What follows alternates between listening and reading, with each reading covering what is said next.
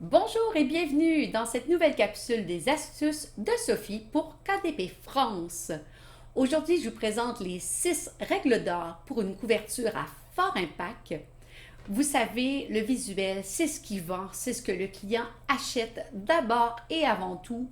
S'il a le choix entre une couverture qui lui plaît et une autre qui ne lui plaît pas, c'est sûr qu'il va prendre la plus jolie selon lui. Mais est-ce que c'est vraiment si subjectif que ça d'avoir une belle couverture?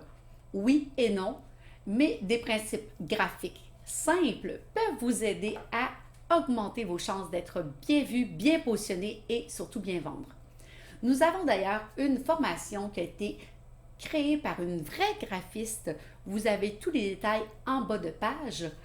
Alors, pour être bien vu, pour faire une différence dans le visuel, pour vendre, je vous présente les règles d'or. C'est parti!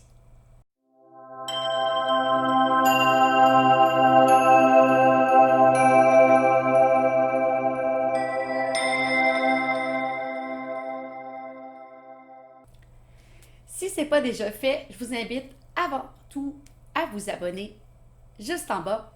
Un pouce, un commentaire, ça me fait toujours plaisir. Sans plus attendre, je vous présente la première règle d'or pour un visuel graphiquement avec un wow. C'est ce qu'on cherche. La première règle, ce serait de trouver son style et ce, de façon adaptée à son public cible. Parce qu'évidemment, on ne travaille pas qu'une seule niche sur KDP, mais bien plusieurs. Alors, il faut être capable de s'adapter à plusieurs clients cibles et ça, c'est vraiment la clé d'être capable de se dire ce client va aimer ce visuel et ce client va aimer ce visuel. C'est vraiment une des bases du business. Donc, avoir son propre style graphique. On commence par bien sûr étudier sa niche, la compétition bien sûr. Si on fait référence par exemple aux enfants, on sait bien que les couleurs arc-en-ciel, donc une variété de couleurs, c'est ce qui marche. On en voit nombre et nombre d'exemples sur Amazon tous les jours. Bien sûr, ça fonctionne, c'est adapté à la niche des enfants en général. Par contre, ce qu'il faut faire, c'est de voir pour votre niche qu'est-ce qui fonctionne, qu'est-ce qui est vendeur et qu'est-ce qui reflète bien la niche. Donc, en plus de visiter Amazon, je vous invite à aller voir sur Google Images, sur Pinterest, sur Etsy pour avoir vraiment une bonne idée globale du visuel attendu par vos clients. Parce que bien sûr, dans une niche X, on va s'attendre à un certain schéma de couleurs et je vous invite à bien étudier la chose. Alors, deuxième règle d'or, la règle des tiers. Visuellement parlant, l'œil humain est apte à certaines choses, mais une des interprétations graphiques les plus prometteuses et les plus facilement visibles par l'œil et les plus agréables à l'œil sont la règle des tiers. Donc, que ce soit verticalement, horizontalement, de diviser son image en tiers, que ce soit positif, négatif, un tiers utilisé, deux tiers non utilisés, ou d'avoir un titre, un tiers, une image aux deux tiers. Peu importe l'agencement, la règle du tiers est vraiment une règle graphique très importante. Ça permet d'équilibrer l'image, d'avoir des proportions qui sont agréables à l'œil et aussi, surtout, à capter l'attention du client. Simple et efficace. La troisième règle d'or, c'est le chemin visuel en pas que l'on suit tout simplement lorsque nous regardons une affiche, une couverture de livre, un visuel quelconque. Globalement, à prime abord, l'œil va regarder l'ensemble. Mais suite à ça, vu nos habitudes de lecture qui sont de gauche à droite, nous allons avoir tendance à suivre un chemin qui fait le sens des horloges de montre, premièrement, et également un schéma de Z. Donc, on va commencer dans le coin supérieur gauche. On va se transposer ensuite vers la droite, puis également ensuite dans le bas gauche-droite, ce qui va faire la forme d'un Z. Ce qui est important de savoir, c'est que ce n'est pas vraiment dans le coin supérieur, ni en haut ni en bas. Ça va être environ aux 2/3 de la page, que ce soit en haut et en bas. Donc, important à savoir, le chemin parcouru par l'œil humain va donner plus d'importance et une meilleure lecture aux éléments qui s'y trouvent, tout simplement. Et également, vu notre style de lecture, encore une fois, l'élément le plus important pour l'œil est celui qui est situé dans le coin supérieur gauche, parce que c'est le premier, tout simplement, que l'on capte. C'est vraiment, vraiment tout simple. La 4e règle d'or, c'est d'envoyer un message clair et lisible. Évidemment, on parle de visuel. La première chose, c'est d'avoir une image de la plus haute résolution possible. Évidemment, donc éviter tout ce qui est pixelisé ou en trop basse résolution.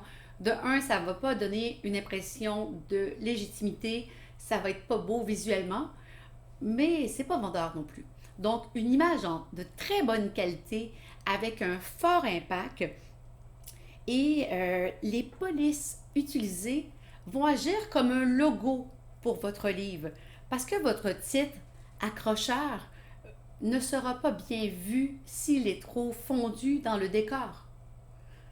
Votre couverture doit avoir une belle lisibilité, donc le type de police utilisé doit bien se marier avec votre style général. Il ne doit pas se fondre dans le décor et surtout, même en miniature. Vous savez, la toute petite vignette que l'on voit lorsqu'on magasine sur Amazon, la miniature doit être impactante et lisible surtout parce que c'est ce que le client va voir à prime abord et c'est là votre première chance de faire une bonne impression visuellement parlant. La 5e règle, c'est de bien marier vos couleurs. Les couleurs sont porteuses d'émotions. Donc, celles que vous employez pour votre couverture doivent être dans la même émotion que celles que vous désirez donner au client, celles qui portent votre niche, tout simplement. Donc, si on parle de botanique, tout ce qui est environnement, on a tendance à l'associer au vert, logiquement. Tout ce qui est associé à l'eau, dans ma tête, ça sonne bleu ou dans les tons bleus. Donc, vous voyez l'idée, la couleur générale doit se marier à votre niche. Il doit y avoir une continuité dans vos couleurs, ne pas utiliser trop de couleurs. Il existe des trucs simples dans Canva pour aller chercher, par exemple, la même couleur que votre police et votre image pour justement que ça se marie bien, que ça soit agréable à l'œil. N'hésitez pas à faire des split tests, des tests entre plusieurs couvertures, disons une bleue, une blanche, une verte, pour voir qu'est-ce qui vous plaît le plus visuellement. Et un autre petit truc, je vous suggère fortement de passer votre couverture au noir et blanc, au grayscale qu'on appelle, avant de la publier. Ça vous permettra de voir si tout est bien lisible dans un premier temps et également si le résultat est trop fondu, c'est signe qu'il doit y avoir des ajustements à faire. Formez-vous également sur l'impact des couleurs, que ce soit celles qui se marient bien les unes avec les autres ou avec leur impact émotif. Franchement, ça peut faire une différence dans la vente de vos carnets, évidemment. Et finalement, la 6e règle d'or, l'espace négatif. L'espace négatif est l'espace laissé libre autour d'une image, d'un texte ou autre. Cet espace-là est connu comme étant un espace de repos pour les yeux. Donc, ça vous permet tout simplement d'avoir un meilleur impact, par exemple pour votre titre, s'il n'y a pas d'éléments trop englobants autour de celui-ci, vous allez avoir un meilleur impact. Une couverture trop surchargée va automatiquement engendrer un dédain visuellement parlant. S'il y a trop d'éléments, ça fait brouillon. L'œil humain aime bien l'ordre. Il va préférer des choses qui sont plus aérées et qui dégagent un message clair. Trop d'éléments, ça donne une mauvaise impression.